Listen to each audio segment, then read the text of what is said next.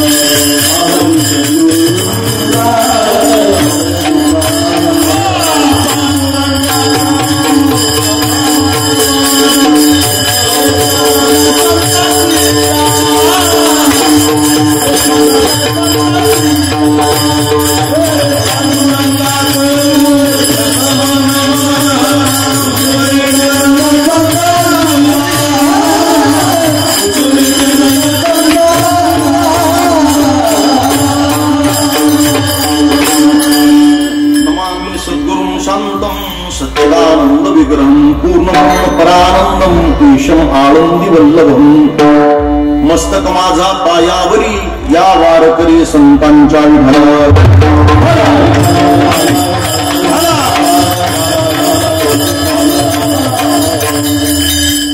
भस्म उटी रुंदमाळा हाती त्रिशूल नेत्री ज्वाळा गजचर्म व्याघ्रांबर कंठी शोभे वासुकी हार पंढरपुरातील सुवर्णकार समाजात जन्म घेतलेली आणि भगवान श्री भोलेनाथ महादेव शंकराचे अनन्य उपासक असलेल्या संत नरहरी महाराज सोनार यांचा भगवान श्री शंकराचं भोलेनाथाचं एक प्रकारचं अत्यंत गोड असं गुणानुवाद गाणारा भौगोलिक आणि एकंदरीत आध्यात्मिक रचनेचं भोलेनाथ महादेवाचं वर्णन करणारा अभंग नामयज्ञ सोहळ्यातलं प्रथम दिनाच्या चिंतन सेवेकरता आपल्या समोर गायला आहे. विठ्ठला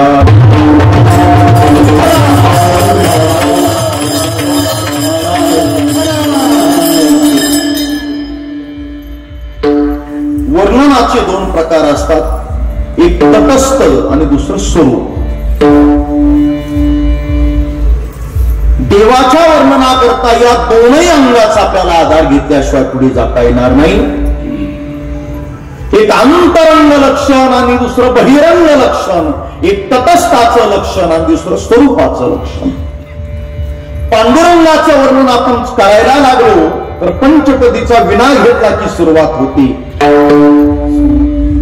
मकर कुंडली श्रवणी दया कंठी कौस्तुभमणी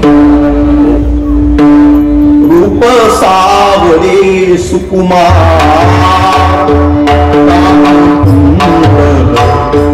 मकराकार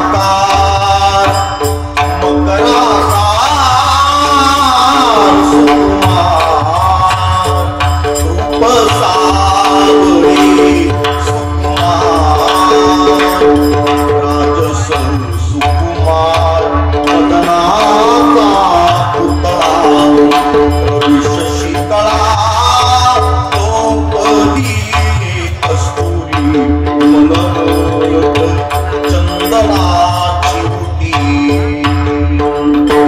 चंदनाची उटी पांडुरंगाच्या अंगाला लावली कस्तुरीचा मळवट भरलाय कौस्तुभमणी गळ्यात झळकतोय असं देवाचं पांडुरंगाचं मकराकार कुंडल पांडुरंगाच्या गळ्यात आहे असं भगवान श्री विष्णूचं पांडुरंगाचं आपण वर्णन ऐकतो सगळे अलंकार रत्न जडीत असं गोड वर्णन आपण पांडुरंगाचं ऐकतो पण त्याच्या विरुद्ध माझ्या भोलेनाथ महादेवाचं वर्णन आहे देवाचा मेकअप करायचा ना मेकअपच म्हणायचं ना मग मेकअप करण्याकरता देवाचा साज शृंगार करण्याकरता माझ्या भोलेनाथ महादेवाला काय काय आवडतं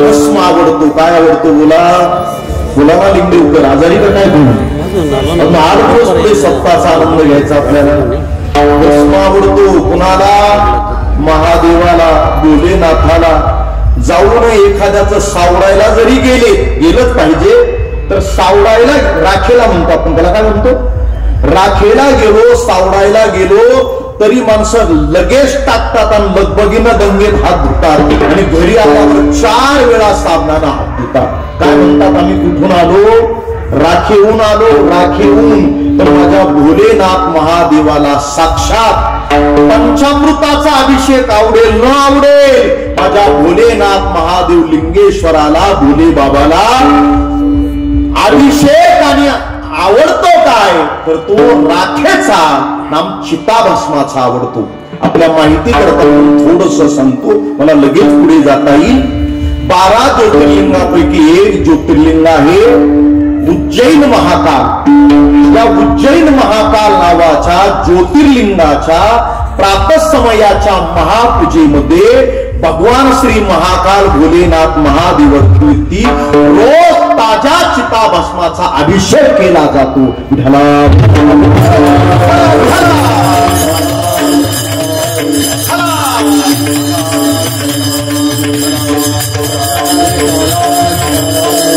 भोलेनाथ महादेवाला कशाची उटी आवडते भस्माची बोला कशाची भस्म उटी अंगाला धारण करतात एक रुंद माळा रुंद म्हणजे मुंडके कुणाचे मुंडके मेलेल्या माणसाचे मुंडके त्याला मराठी भाषेत म्हणतात रुंद रुंदाच्या माळा रुंद माळा म्हणजे मुंडक्याची माळ धारण करतात भोले बाबा बर हातातलं आयुध काय भगवान कृष्णाच्या हातात सुदर्शन आहे भगवान श्रीरामाच्या हातात धनुष्यबाण आहे परशुरामाच्या हातात कुऱ्हाड वगैरे सगळे आपल्याला आयुध माहिती शस्त्र माहिती पण माझ्या भोलेनाथ महादेवाच्या शस्त्राचा विचार केला हत्याराचा तर काय हाती त्रिशूळ हातात काय बोला त्रिशूळ आणि नेत्रामध्ये विरक्तीच्या ज्वाळा आहे पहिलंच अजून काय ऐका ऐका ऐका ऐका मी प्रास्ताविक करतोय अजून ही ब्रेकिंग न्यूज आहे अभी तो विठाला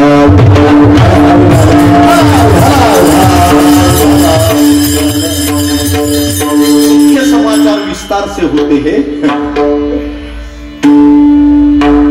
आणि कंठात गळ्यात वासुकी नावाच्या सर्पाचा धोक ज्या वासुकी नावाच्या सर्पानं समुद्राचं मंथन केलं 14 रत्न आले त्यातले 4 ठिकाणी थेंब पडले त्याची कुंभडोळे भरली विठाला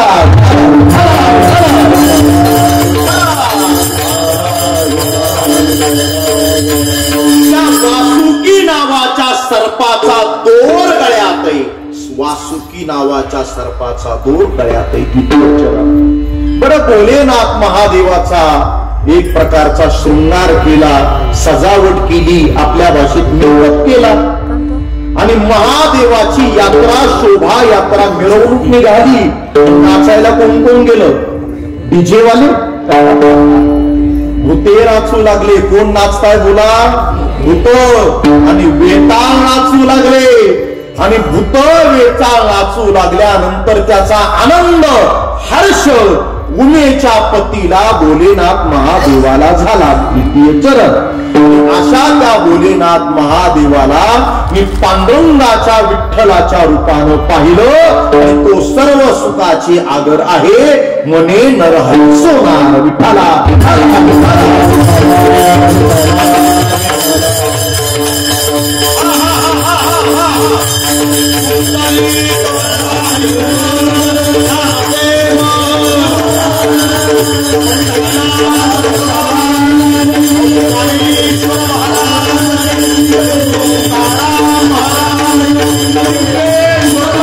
तालुक्यात लिंगेश्वर नावाचं महादेव मंदिर आहे. एक लिंगराज भुवनेश्वर आणि लिंगेश्वर लिंगदेव विठ्ठला.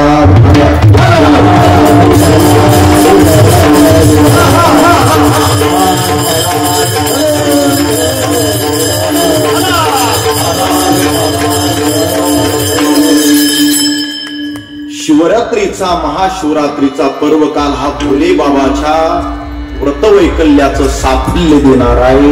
एक प्रकारचा आपल्याला आशीर्वाद देणारा हा कालखंड आहे. म्हणून जिथे जिथे भोलेनाथ महादेवाचं मंदिर असेल त्या महाशिवरात्रीच्या पर्वकालावर प्रत्येक ठिकाणी चांगले नामयज्ञ, सोहळे, भजन, कीर्तन होत असतं. त्याच परंपरेचं पायकत्व संपूर्ण ग्रामस्थ मंडळी लिंगदेव, भजनी मंडळी लिंगदेव, सप्ताह कमिटी लिंगदेव आणि आपल्या संपूर्ण जिल्ह्यातील, तालुक्यातील आदर्श देवस्थान म्हणून श्री लिंगेश्वर मंदिर आणि श्री मारुती मंदिर, लिंगेश्वराचं आणि मारुती रायाचं हे संयुक्तिक ट्रस्ट संपूर्ण ग्रामस्थ, विश्वस्त सर्वांच्या वतीने आपल्या या उत्सवाचं प्रथम दिनाचं कीर्तन सेवेचं हे पुष्प आदरणीय डी.बी. फापाळे सरांच्या वतीनं मला संपर्क झाला. बाल गोपाल वारकरी माझ्या कीर्तनात टाळ घेऊन मला वाटतं पहिले धन्यवाद दिले पाहिजेत या बाल वारकऱ्यांना द्या, यांच्याकरता प्रेमानं टाळी वाजवा. कारण ही उद्याची भविष्यातील वारकरी संपर्क. इंद्र ही बजाती मृदंगम, गंधर्व ही गाती गान. इंद्रानं मृदंग वाजवावा. मी दिल्लीतले आणि मुंबईतले म्हणालो नाही, सध्या लिंगदेव मध्ये वाजवणारी तिन्ही आमच्या इंद्रच आहे. आमची बंधू, आम्ही ज्यांना अत्यंत प्रेमानं तरुण म्हणून दादा म्हणतो, शांताराम महाराज पापळ दादा. स्तुती करणारा वक्ता नाही, पण वस्तुस्थिती सांगतो. आयुष्यभर आमच्या शांताराम महाराज पापळ दादांनी अत्यंत अत्यंत समर्पणानं मृदंग सेवा केली, मृदंग सेवा दिली. त्यांचं वाजवणं म्हणजे मुर्द्याला जिवंत करावं आणि कीर्तन भजनात नाचावं इतकं अनेक किती ऊर्जा आमच्या पापळदादाच्या वाजवण्यात. या वयात दोघे आमचे विनायक दादा सुद्धा इतकंच तोला मुलाचं वाजवणं. पण अगदी मी प्रामाणिकपणे सांगतो, आमच्या शांताराम दादांनी आयुष्यभर भजन कीर्तन मृदंग सेवा दिली, मृदंग वाजवला आणि त्याचं फलित काय, ज्ञानराज नावाचा सुपुत्र डोळ्यात एकच त्यांच्यापेक्षा अधिक तयारीनं मृदंग वाजवतो ही त्यांची कमाई. विजय आणि पिता संतोषत जाय. आपण ही गंधर्वासारखी आमचे अशोक महाराज, मारुती दादा, सगळी प्रेमाची मंडळी कीर्तनात टाळ घेऊन ये. या गावात धर्मानुरागी आणि मला फार मोठा आनंद वाटला.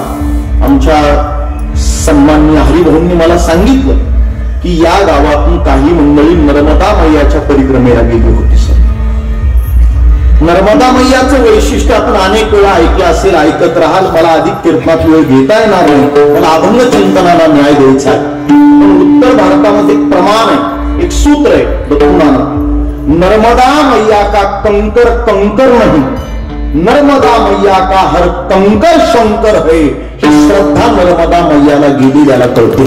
त्याला नर्मदा मैयाची परिक्रमा केली ना, त्याला कळतं, त्याला अनुभव येतो. 4, 5, 3, 4 महिने पायी यात्रा करणारा तो मैयाचा परिक्रमावासी असतो. 40-40, 50-50 किलोमीटर चालताना आश्रम मिळत नाही, वस्ती दिसत नाही, पण तेवढ्याही भयान जंगलामध्ये नर्मदा मैयाच्या वाटेवरच्या 3 लाख यात्रेकरूपैकी एकही तीर्थयात्रेकरू कधी उपवाशी झोपला नाही आणि झोपत नाही, ही नर्मदा मैयाची विशेषता. अशी खडतर यात्रा जवळजवळ 3,500 किलोमीटरची पायी तीर्थयात्रा नर्मदा मैयाची आपल्या परशुराम महाराजांनी केली. त्यांच्या चरणारविंदी कोटी कोटी वंदन आहे.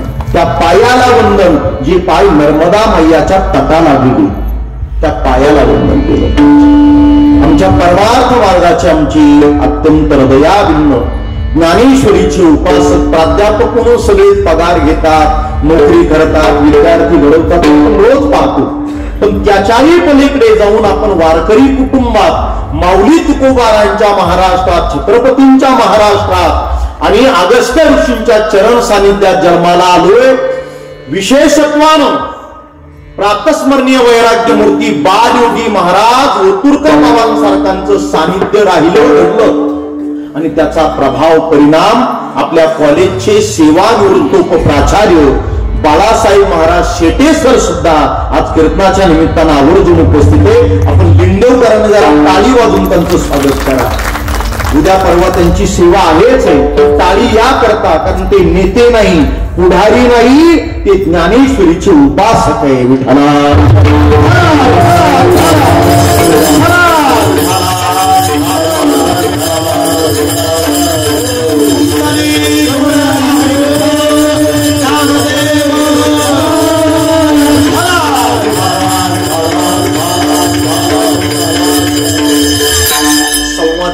आमची मनोजी सेवा देत आहे. चौकदार आहे, विनयकरी बाबा आहे, आमच्या आई साहेब तुळशी घेऊन डोक्यावर उभ्या आहेत. सर्वांच्या प्रति कृतज्ञतापूर्वक माझं मस्तक टेकवतो.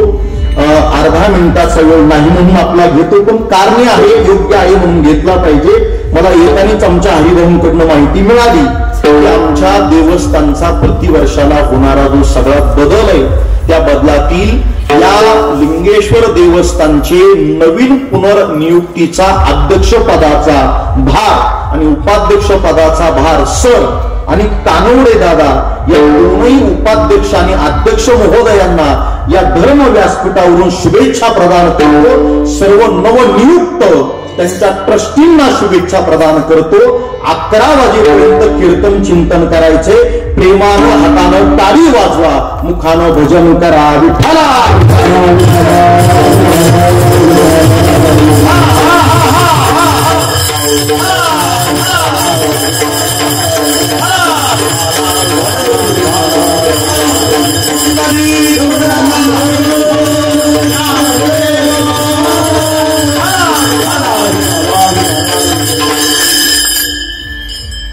भस्मउटी रुंडमाळा, हाती त्रिशूळ नेत्री ज्वाळा, गज चर्म व्याघ्रांबर, कंठी शोभी वासुकी हार. संत शिरोमणी नरहरी महाराजांनी अभंगामध्ये भोलेनाथ महादेवाचं जे वर्णन केले ते जरा ऐकायला आणि पचायला वेगळा.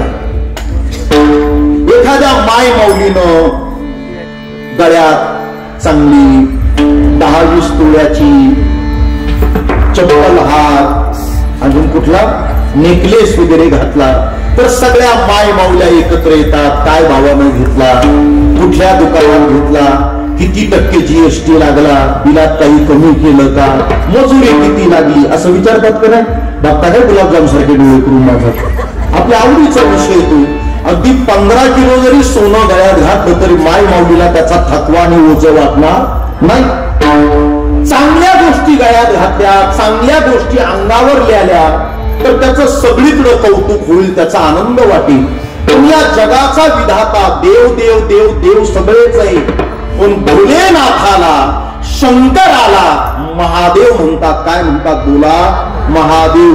देवांपेक्षाही जो वरचा देव आहे, मोठा देव आहे, त्या महादेवानं मोठे विचार दिले.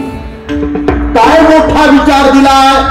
आपण या शरीरावर कितीही प्रेम केलं, या शरीराकरता किती चांगल्या वस्तू उपभोगल्या, किती चांगला संसार भोगला, किती चांगली पदं भोगली, किती चांगली मुलं मुली नातवंड सगळं संसारातून मिळवलं, पण शेवट या शरीराचं काय होईल? शरीराची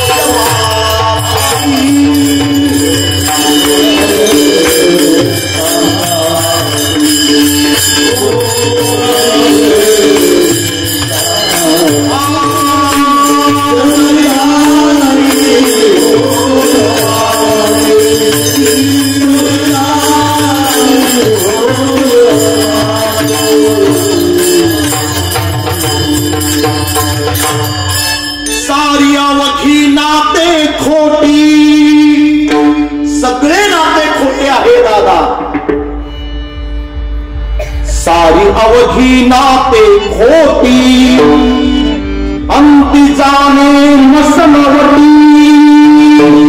शेवटचा मुक्काम स्मशान आहे, मसनवटी. आणि मसनवटीत गेल्यानंतर त्या प्रेताची काय होणार आहे?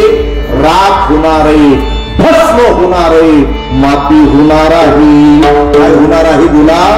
राख होणार आहे, माती होणार आहे, भस्म होणार आहे. भस्म जीवनातलं अंतिम सत्य आहे, भस्म.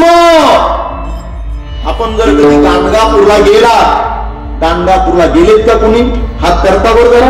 वा वा वा, धन्यवाद. बाकीच्यांनी जा, त्यांना विचारा. गाणगापूरला पूर्वी भस्माचा डोंगर होता सर. फाबळे सर, कशाचा डोंगर होता? गेले असाल तर माहित असेल, नसेल माहिती ऐकून ठेवा. तो भस्माचा डोंगर होता गाणगापूरला. वेडी झालेली माणसं, पागल झालेली माणसं, मतिभ्रष्ट झालेली माणसं, बावचळलेली माणसं, पिशाच बाधा झालेली माणसं गाणगापूरचा भस्म पाण्यात टाकून प्रसाद दिला की शाने व्हायचे. ही भस्माची ताकद आहे. फक्त तो देवाचा प्रसाद असावा, तो साधूचा प्रसाद असावा. आजही शंकराचे शिवाचे जे उपासक आहे, तुम्ही आता कुंभमेळा सोशल मीडियावर रोज पाहिला, हे सगळे नागा साधू अंगाला काय लावतात? हेरंगवली. बरोबर ना? पॉन्स क्रीम, संतूर, हमाम काय लावतात? बोला ना. काय लावतात? बोला. काय लावतात? भस्म.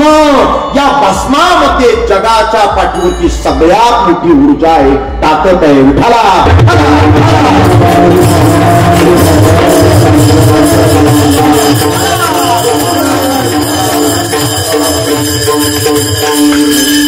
मूळ सिद्धांताकडे येतो.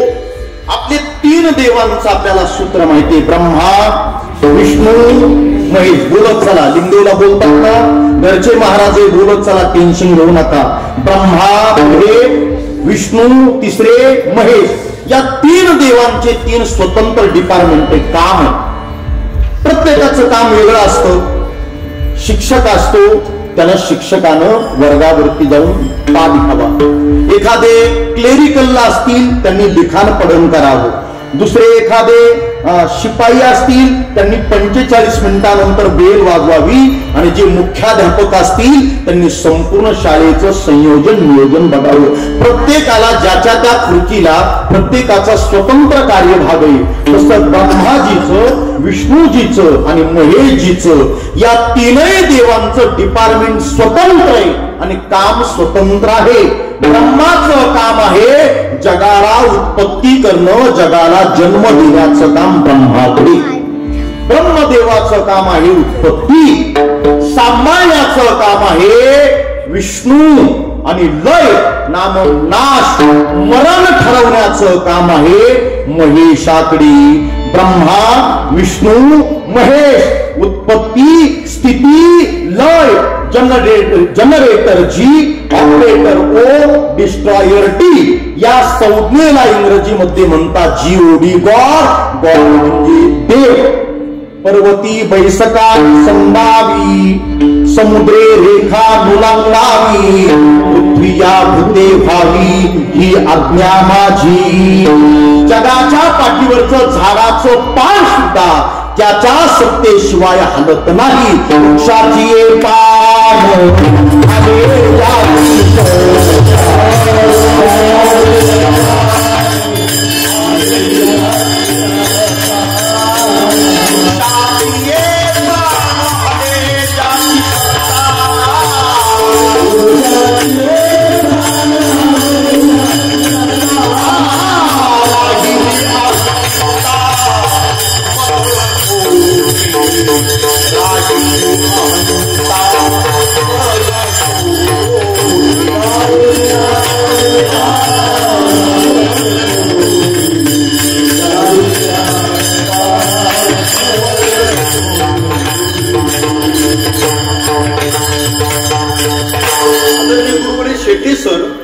परमात्मा भगवद्गीतेमध्ये श्लोक सांगताय. गतीर भरता प्रभू साक्षी, निवास शरणं सुहृत् प्रभो प्रलय स्थानं, निधानं बीजमव्ययम्. हे संपूर्ण जगत जर त्याच्या सत्तेनं चाललंय तर उत्पत्ती स्थिती लय ठरवणारा तोच आहे ब्रह्मा, विष्णू, महेश. पण आम्ही देव वाटायला सुरुवात केली. माफ करा, संत सुद्धा वाटायला सुरुवात केली. देव वाटले आणि संतही वाटली. नागरिकांनी फक्त सेना महाराजांना जय जयकार करायचा असं नाही. सुवर्णकारांनी फक्त नरहरी बाबांचा फोटो लावायचा असं नाही. गोरोबा काकांची पुण्यतिथी फक्त कुंभार बांधवांनी करायची असं नाही. मला वाटतं जर जातीय व्यवस्थेनं संत वाटले तर संत माफ करील, पण भगवंत कधीच माफ करणार नाही. आपल्याला कधीच माफ करणार नाही. लोकांनी जातीयवार संत वाटायला सुरुवात केली. जातीयवार संत वाटून त्या संतांचा अपमान करू नका. संतांनी आम्हाला संदेश दिलाय, हे विश्वची माझे घर, ऐसी मती जयाची स्थिर, किंबहुना चराचर आपणची पैजाहला. एक छोटी घटना सांगतो, लवकर पुढे जातो. सिनेसृष्टीचा जन्म झाला होता पापड महाराज, आणि त्यावेळी एका दिग्दर्शकाला एक चित्रपट काढायचा होता. त्या चित्रपटाचं नाव होतं संत तुकाराम. ऐकून घ्या, संत तुकाराम. संत तुकाराम नावाचा चित्रपट त्यांना प्रदर्शित करायचा, निर्माण करायचा, म्हणून त्यांना नट हवा होता, ऍक्टर. काही क्षेत्रात कलागुणी लोक असतात, प्रचंड मेहनती लोक असतात. तुकाराम महाराजांचा अभिनय, ऍक्टिंग, रोल करण्याकरता त्यांना हिरो पाहिजे होता, हिरो, ऍक्टर. पण त्या निर्मात्याला एक चेहरा मिळाला. त्या चेहऱ्याचं नाव होतं विष्णुपंत पागनीस. कीर्तनाच्या गादीवर उभा आहे, सोशल मीडिया जगाला पोहोचवणारा कॅमेरा माझ्या समोर आहे. त्याचं मला गाव मिळेल याची मला जाणीव. त्या विष्णुपंत पागनीसांची निवड झाली. कशा करता? चित्रपटामध्ये संत तुकाराम महाराजांचा अभिनय करण्याकरता, रोल करण्याकरता, ऍक्टिंग करण्याकरता. पण हे कलागुणी लोक कलेवर प्रचंड प्रेम करणारी असतात. तो अभिनय करायचा, संत तुकाराम महाराजांचा अभिनय करण्याकरता विष्णुपंत पागनीस नावाचे नट, ऍक्टर, हिरो, त्यांनी पहिलं तुकाराम महाराजांचं चरित्र बारकाईनं वाचलं. ऐका, चरित्राबरोबर चारित्र्यही असावं लागतं. चारित्र्याशिवाय चरित्र नाही होऊ शकत. कुणी शिंतोडे उडवल्यानं चरित्र बदनाम नाही होऊ शकत. चरित्र वाचलं, चारित्र्य ठरणार याकरता एका नटानं विष्णुपंत पागनीस नावाच्या हिरो तुकाराम महाराजांच्या अभंगाचे, गाथेचे पारायण केले. काय केले? पारायण. आम्हाला पारायण करायचं म्हटलं तर प्रतिष्ठा कमी होते की काय असं वाटतं. गाथेचं पारायण केलं कुणी? विष्णुपंत पागनीस हिरो. तुकाराम महाराज पंढरीची वारी करायचे, तुकाराम महाराज आळंदीची वारी करायची महिन्याला, म्हणून आळंदी पंढरीची महिन्याची वारी सुद्धा करू लागले. कोण? नट, ऍक्टर, हिरो. आणि त्यानंतर त्यांनी विष्णुपंत पागनीस नावाच्या नटानं तुकाराम महाराजांचा अभिनय केला, ऍक्टिंग केली. चित्रपट प्रदर्शित झाला आणि त्या काळामध्ये तो चित्रपट इतका लोकप्रिय झाला, त्या चित्रपटाला प्रसिद्धीही मिळाली आणि इच्छेच्या पलीकडे जाऊन पैसा सुद्धा मिळाला. पैसा मिळाला, प्रसिद्धी मिळाली चित्रपटाला. पण त्या चित्रपटात अभिनय केल्यापासून त्या विष्णुपंत पागनीस नावाच्या नटामध्ये काही बदल झाला होता.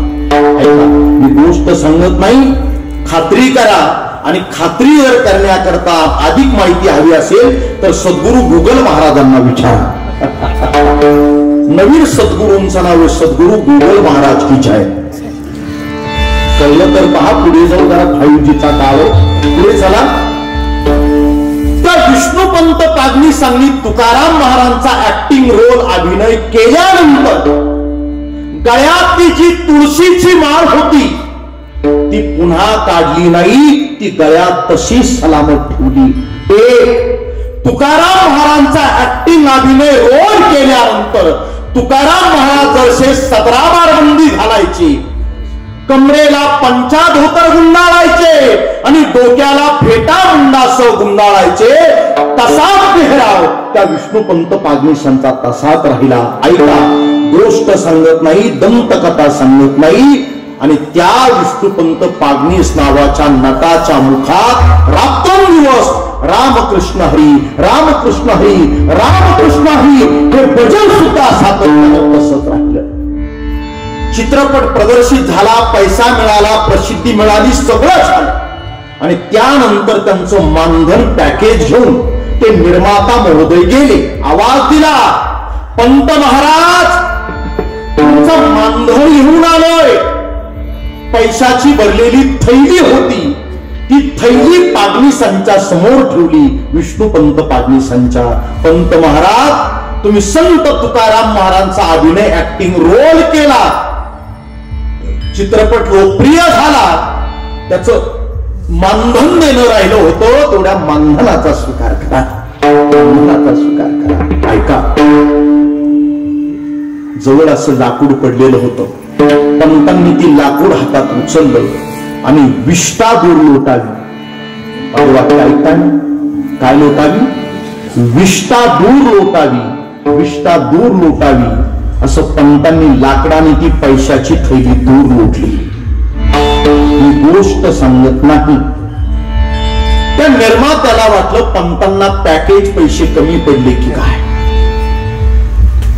गाडीत गेले, जे दिलं होतं त्याच्या 4 पट पैसे थैलीत भरले आणि ती पिशवी घेऊन आले आणि म्हटले, विष्णुपंत महाराज मी चुकलो. तुम्ही इतका दर्जेदार समर्पित अभिनय तुकाराम महाराजांचा केला, तो चित्रपट इतका लोकप्रिय झाला, तो फक्त तुमच्या अभिनयामुळे. आणि मी मानधन द्यायला माझा हात मात्र संकोच केला. 4 पट मानधन पुन्हा घेऊन आलोय, या मानधनाचा स्वीकार करा. आणि त्यावेळी मात्र विष्णुपंतांच्या पाण्याच्या भोया ओलावल्या. टप्पर डोळ्यातले अश्रू गळाले पंतांच्या. आणि हात जोडून त्या निर्मात्याला विष्णुपंत बोलताय, अहो तुम्ही संत तुकाराम महाराजांचा ऍक्टिंग अभिनय रोल करण्याकरता या विष्णुपंत पागनीसांची निवड केली.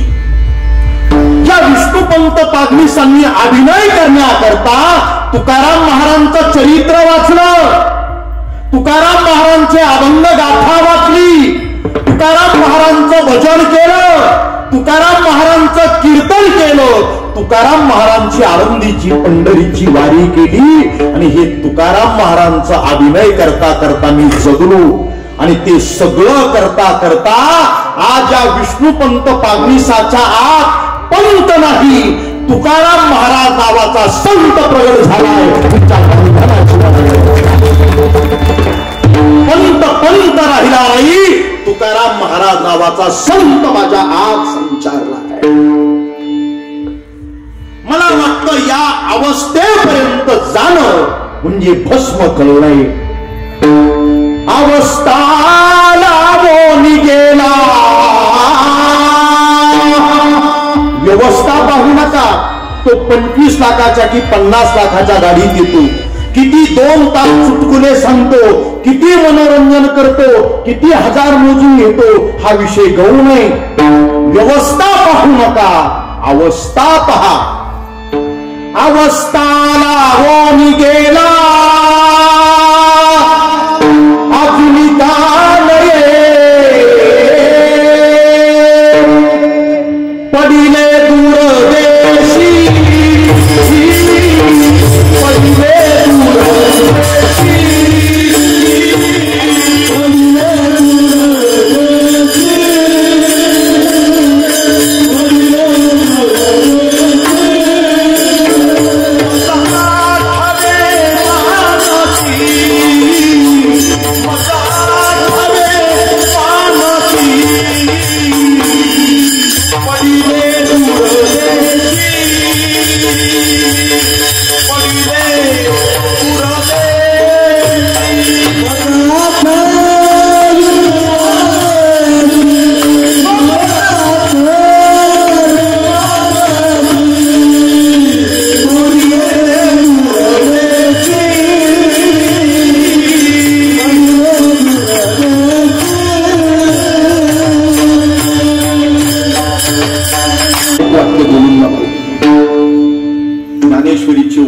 आमची शेटी सर कीर्तनात आहे, कपाळे सर समोर बसते. आपण जाणकार मंडळी आहात. संसाराची प्रत्येकाला उन्नती करायची. ज्याला 5 एकर क्षेत्र आहे, जमीन आहे, अशोक महाराज त्याला वाटतं 25 एकर असते पाहिजे संसाराची प्रगती. माझ्यासारख्याच्या 5,000 अभंग पाठ आहे, आम्हालाही वाटतं 15,000 अभंग पाठ झाली पाहिजे, ही प्रगतीच आहे. पापळ दादा 32 मात्रापर्यंत वाचतात, त्यांना वाटतं आमच्या बंडून ज्ञानराजनं धमार, ध्रुपद, रूपक हे सगळे ताल वाजवले पाहिजे, प्रगतीच आहे. एक वाक्य चांगलं ऐका, ज्याला संसार प्रपंचामध्ये प्रगती करायची, तुला संसारात प्रपंचात प्रगती करायची, तुझी परिस्थिती चांगली पाहिजे. आणि ज्याला परमार्थामध्ये प्रगती करायची, तुझी मनस्थिती चांगली पाहिजे. पण बोलतो बिघडू नये. एखाद्याची परिस्थिती बिघडली,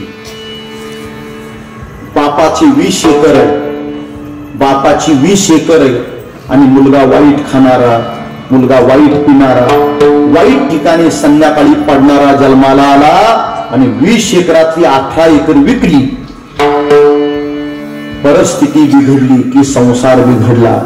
आणि वाक्य ऐकून ठेवा, ज्याची मनस्थिती बिघडली की त्याचा परमार्थ बिघडला. बऱ्याच गोष्टी बिघडल्या तर चालेल, पण तुझी मनस्थिती बिघडता कामा नये. अंगावर असणारी माशी आहे की लाडू, बासुंदी, जिलेबी बसे, नाही त्या माशीला चांगला गोड पदार्थ मिळाला तर ती अंगावर बसणारी माशी घाणीवर सुद्धा बसे, पण अंगावर बसणारी माशी विस्तवावर आगीवर बसणार नाही. त्या माशीला माहिती आपण विस्तवावर आगीवर बसलो तर माशी माशी शिल्लक राहणार नाही. मनाचा असाच आहे परत मागा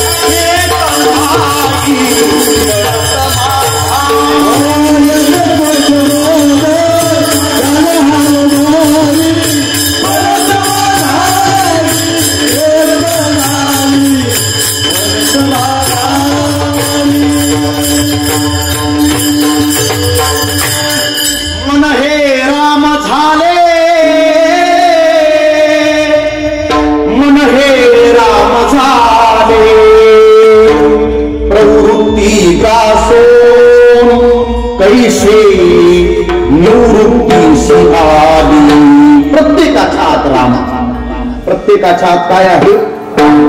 संतांनी दिलेलं समाजकारण फार अखंड. आपण अनेक वेळा ती कथा ऐकली, अनेक वेळा लिंदेवकर ऐकली की नाही. नाथ महाराज म्हणे यात्रेला गेले काशीला. कुठे गेले? कुठे गेले? काशी करा, फक्त काशी करू नका. नाही कळलं, बरं झालं, धन्यवाद. चला, नाथ महाराज काशीला गेले. कुठे गेले? बोला बोला ना, मला ऐकायला कमी. नाथ महाराज कुठे गेले? काशीला. आणि काशीहून यायचं म्हणजे आपण काय आणतो? काशीवरून काय आणतो? फेकीला बांगड्या म्हाताऱ्याला घेऊन द्या, बरोबर का? काय आणतो सांगा ना? काशीहून आणायची ती गंगा आदी आम्हावरी. तू का म्हणे गंगा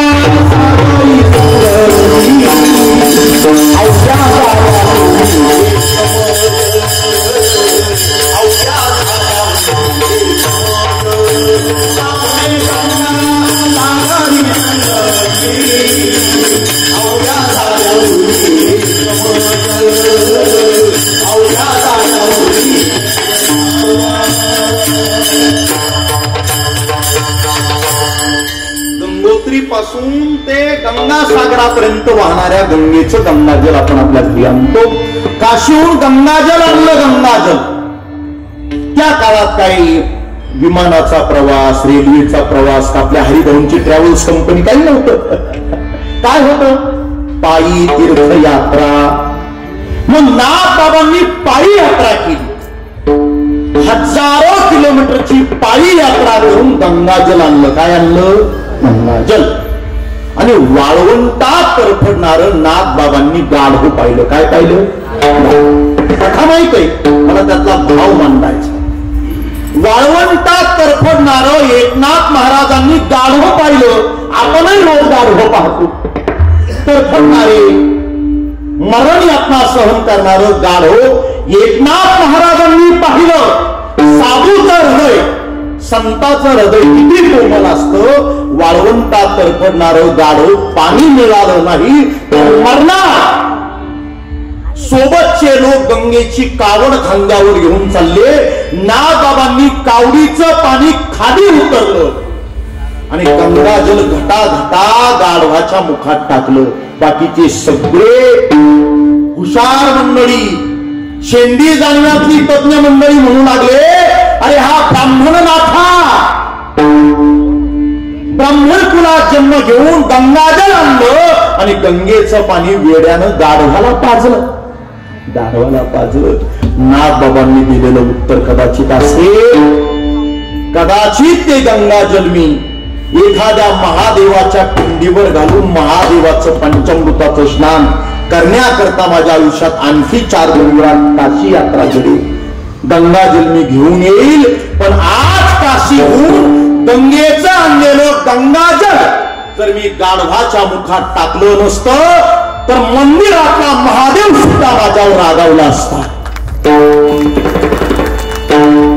तो मंदिरातला महादेव भोलेनाथ फक्त त्या पिंडीत नाही, त्या गाढवाच्या मुखाच्या टहणीत मला दिसला, मला गंगा कळली, मला भोलेनाथ महादेव कळला. आम्हालाही आपला भाव कधीतरी जागा करायचा आहे. कुठे शोधिशी रामेश्वर कुठे शोधिशी काशी, हृदयातील भगवंताला हृदयातून उपाशी. देव कुठे सांगा ना, देव बोलतो बालमुखातून, देव डोलतो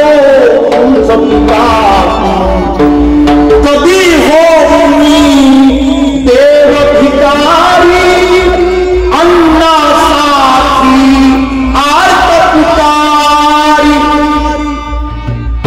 माझं आवडतं एक वाक्य सांगतो, आवडतंय परशुराम बाबा. आयुष्यभर देवपूजा केल्यानंतर, आयुष्यभर देवपूजा केल्यानंतर कदाचित घरातली आई, घरातली बाप आपल्याला मिळणार नाही. आयुष्यभर देवपूजा करून गेलेली आई बाप मिळणार नाही, पण ज्यानं जिवंत आई बापाची घरात मरेपर्यंत सेवा केली त्याला देव भेटायला आल्याशिवाय मानवता दुसरी मानवता आहे काय अशोक महाराज? तुम्हाला मानवता हीच आहे ना. माणसाच्या माणुसकीला करीतो मी दावा, पंढरीच्या पांडुरंगा अर्ज माझा घ्यावा.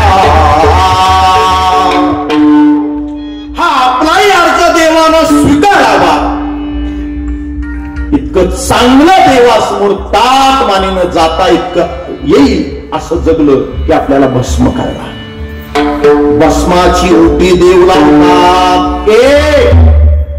रुंद म्हणजे मुंडक्याची माळ गळ्यात घातली, 2 आणि हातात रज तम सत्व या त्रिगुणाचा त्रिशूळ घेतलाय नरहरी महाराज अभंगाच्या प्रांताचा.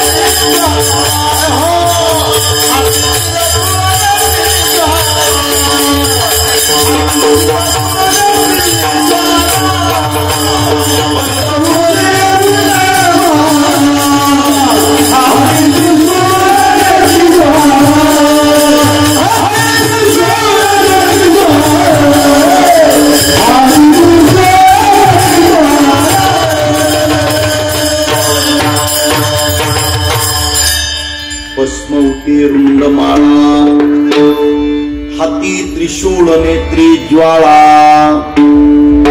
शरीराचं जीवाचं भस्म होणार आहे आणि मेलेल्या मुंडक्याची माळ भोलेनाथ महादेवाच्या गळ्यात आहे. हातात रजतम सत्वाचा त्रिशूळ आहे आणि विरक्तीचे लाल बुंदा रक्त डोळे भोलेनाथ महादेवाच्या. इथपर्यंत अभंगाचा उपक्रम मांडला. अभंग चिंतन ज्यांना कळतं, अभंग चिंतनाला न्याय देण्याच्या काही पद्धती असतात. वारकरी संत परंपरेचा विचार केला तर सगळे संत हे विठ्ठलाचे पांडुरंगाचे भक्त उपासक पाहिजे. मग वारकरी असलेले संत शंकराचं भोलेनाथाचं पूजन भजन चिंतन सेवा का करतात? एक, भोलेनाथ महादेवाची उपासना करणाऱ्याला पांडुरंगाची उपासना करणं योग्य आहे का? दोन, पांडुरंगाची वारी करणाऱ्याला भोलेनाथाची व्रतवैकल्य उपासना करणं योग्य आहे का? तीन, आणि भोलेनाथ महादेवाचं आणि पांडुरंगाचं नातं काय? चार. अशा चार गोष्टीचं आपण धावत्या वेळात चिंतन करूया. संत असं म्हणतात, तुकारामांचा अभंग आपल्या पाठ असेल किंवा नसेल,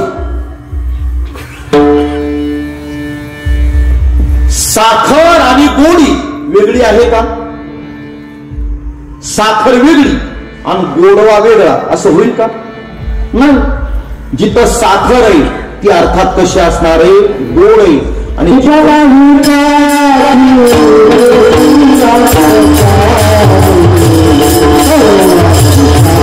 माऊली, आपण काकडा म्हणतो ना, ओ माऊली, काकडा काकडा. चंद्रभागेच्या वाळवंटात पोहोचलो. कल्पना करायला काय हरकत आहे? दिंडूच्या वाळवंटात काय, चंद्रभागेच्या वाळवंटात काय? देवासमोर ही मोकळं पटांगण असल्याला वाळवंट म्हणतात. चंद्रभागेच्या वाळवंटात पोहोचलो. पहाटे 3:30 वाजली. कल्पना करायची, आवडेल ना? काय करायची कल्पना? पहाटे 3:30 वाजले. तिलोत्तमा, उर्वशी, मेनका, रंभा हात जोडून उभ्या राहिल्या. कशा राहिल्या बोला? हात जोडून. एका हातात त्रिशूळ घेतला, दुसऱ्या हातात डमरू घेतला, डम डम डम डम डमरू घेतला आणि पांडुरंगाचे वारकरी आले. रंभादिकनाच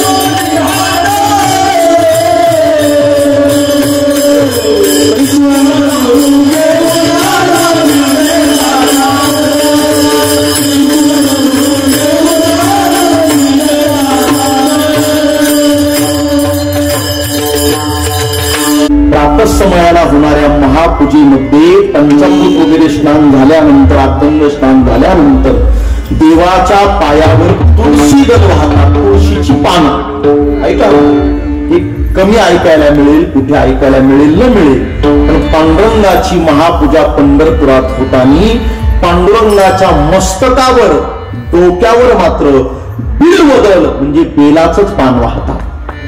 काय वाहतात? बिल्वदल, बेलाचं पान.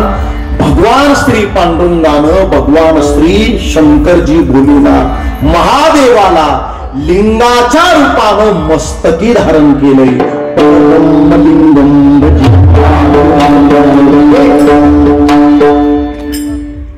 आता दुसरा मुद्दा, आपण जर 4 धामापैकी एक धाम आहे रामेश्वर. रामेश्वरला गेला तामिळनाडू मध्ये, तर रामेश्वरला माता सीतेने वालुकेची लिंग तयार केली. त्या शाख्यात आहे. आपल्या हरिभाऊ बरोबर जात चला यात्रेला बरं का, तिथे वालुकेचं लिंग रामेश्वरला. त्या वालुकेच्या लिंगाची स्थापना 4 धामातलं एक धाम मानलं जातं.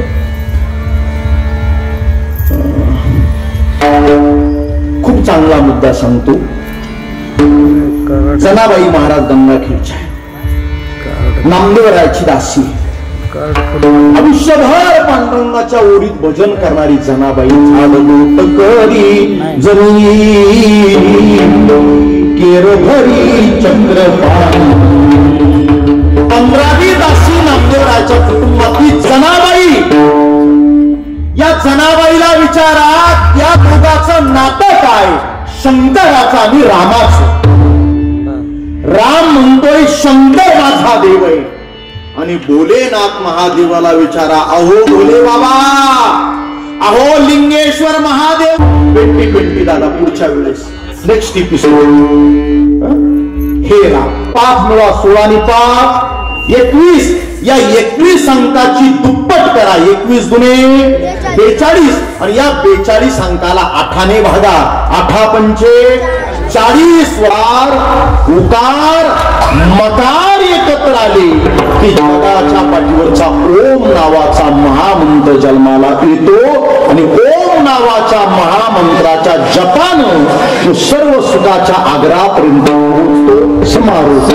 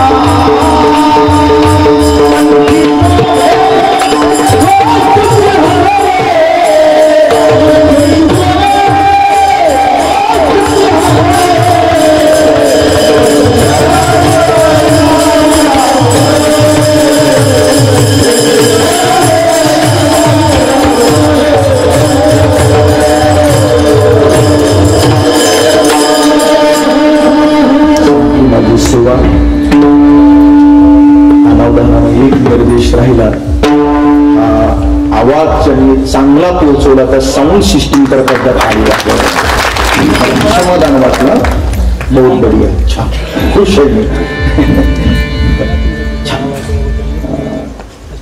आपण सर्व ग्रामस्थ मंडळी, विश्वस्त मंडळी परंपरेनं लिंगेश्वर महादेवाच्या प्रांगणात हा महाशिवरात्रीच्या पर्वणीवरचा नामयज्ञ सोहळा उत्सव संपन्न करत असतात. नाथबाबा म्हणतात, पर्व विशेष भागवत धर्मी, रामनवमी, कृष्णाष्टमी, नरसिंह जयंती, वामन जयंती आणि उत्तम शिवरात्री.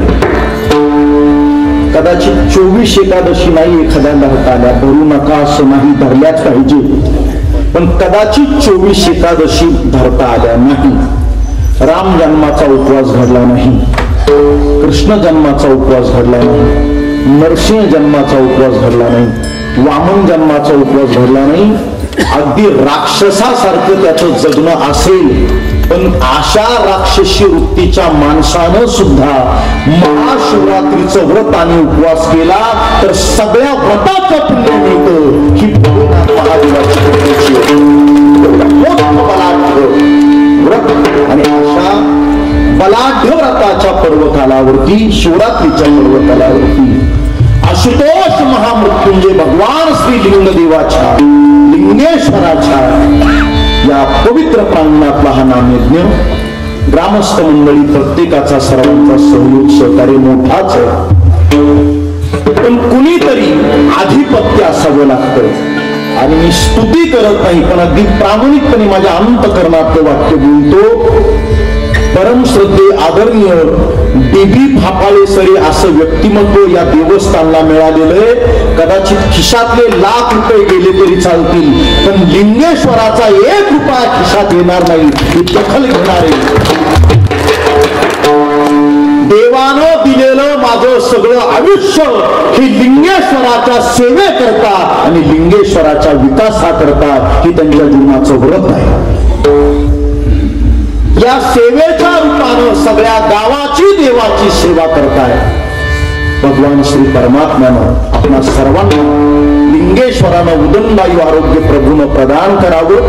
सर्वे सुखिना सन्तु, सर्वे सन्तु निरामयः, सर्वे भद्राणि पश्यन्तु मा मद्वश्चित् दुःखमाप्नुयात्. एकदा भोलेनाथाचं भजन करायचं का अर्धांगी आवडेल ना?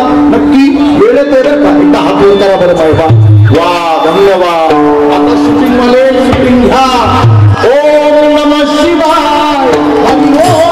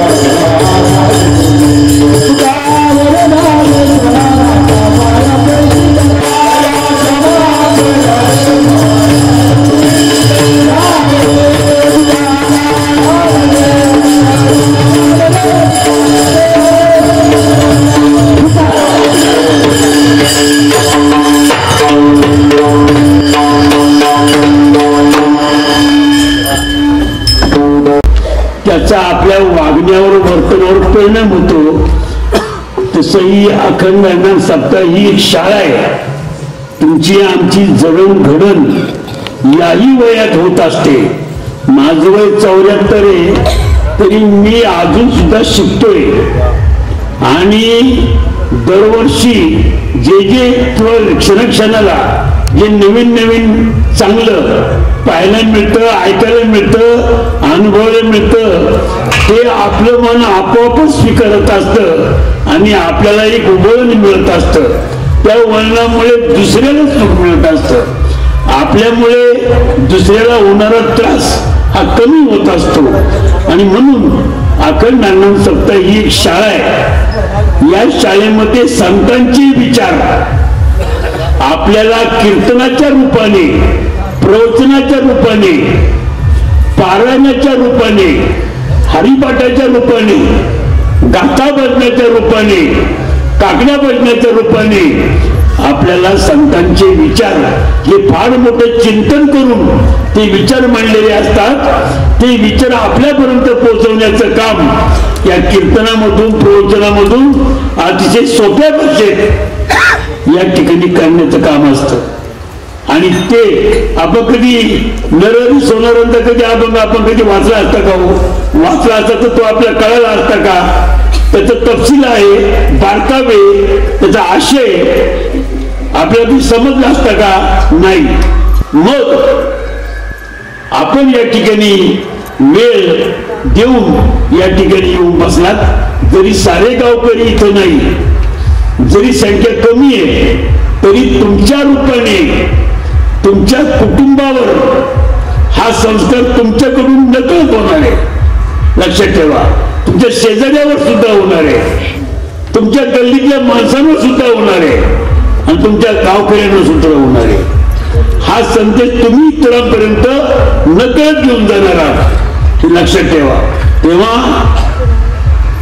हा जो अखंड अण्णांचा सप्ताहाचा आजचा कीर्तनाचा हा जो पहिलं पुष्प गुंफलं गेलं ते आपल्याच तालुक्यातील परंतु महाराष्ट्रामधील सुविख्यात असणारे प्रबोधनकार, कीर्तनकार, हरिभक्तपरायण विवेक महाराज केदार. खरोखर त्यांचं अलीकडे बोललो मी.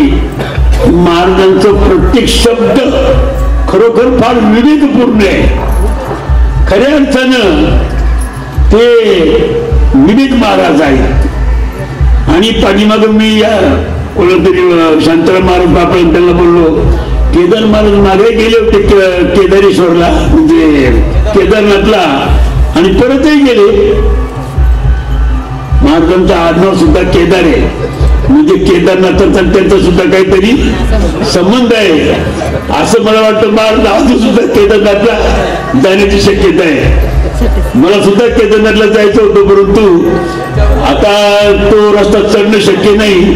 पाठीमागे वैष्णोदेवीला चढलो होतो आणि परवा त्र्यंबकेश्वरला ब्रह्मगिरीला फेरी मारू शकलो, परंतु तरी केदारेश्वरला जाईल की नाही शंका वाटतं. महाराज मात्र जातात. असे ते म्हटले की मी हेलिकॉप्टरने गेलो होतो. हेलिकॉप्टर सुविधा आहे, घोड्यावर सुविधा आहे, हेलिकॉप्टर सुविधा आहे, त्याच्या सुविधा आहे. तर असं केदार महाराजांचा या आजच्या कीर्तनामध्ये प्रत्येक शब्द हा खूप मोलाचा होता. नरहरी सोनारांचा अभंग त्याने असे बारकाईने सोपा करून तुम्हाला आम्हाला सांगितला. हरी आणि हर म्हणजे राम आणि भगवान महादेव, म्हणजे श्रीकृष्ण आणि भगवान महादेव, म्हणजे पांडुरंग आणि महादेव. खरे या दोन शाखा आहेत. हर ही शाखा वेगळी आहे. खरं म्हणजे तुम्हाला विद्या सांगतो, थोडा वेळ घेतो.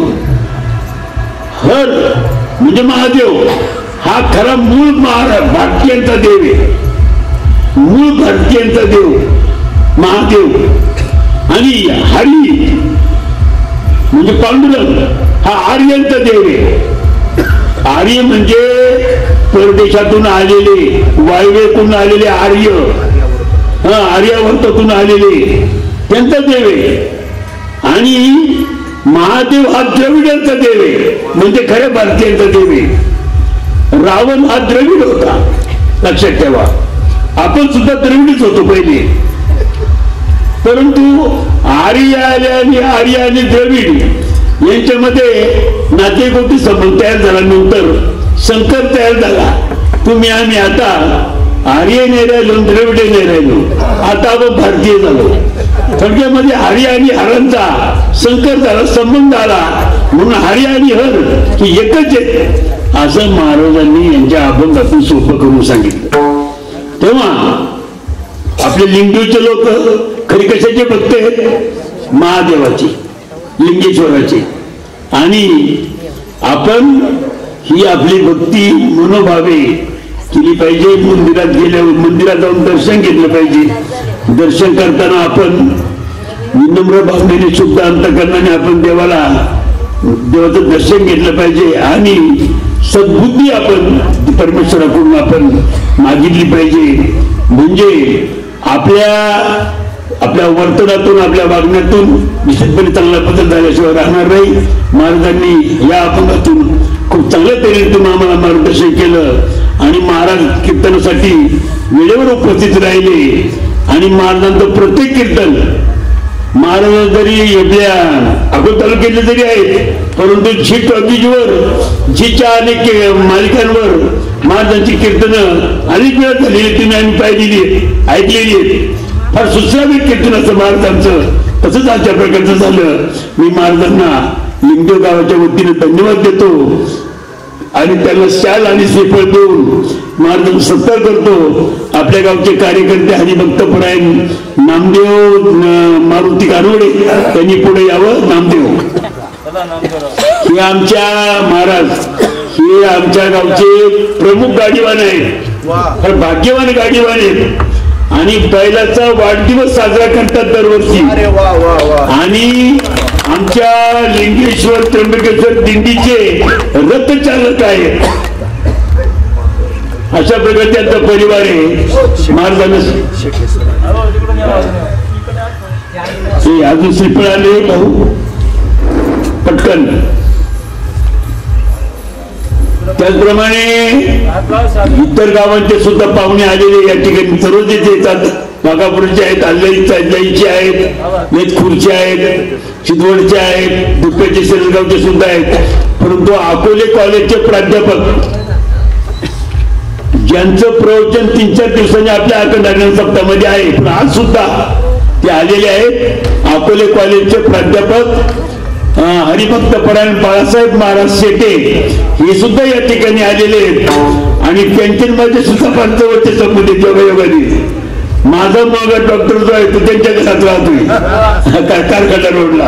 असा आमचा संबंध आहे. योगायोगाने ती या ठिकाणी आलेले आहेत. आणि श्रीफळ मी शेट्टी सरांना सुद्धा आभार मानतो आणि त्यांना श्रीफळ अर्पण करतो. हरिभक्तपरायण सुभाष महाराज आठवले त्यांना श्रीफळ देते. सुभाष महाराज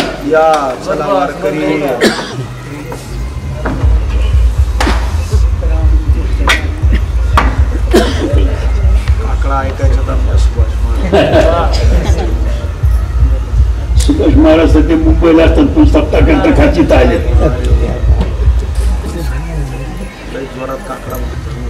आज ज्यांचं प्रवचन झालं असे आपल्या गावचे प्रवचन झालं त्यांना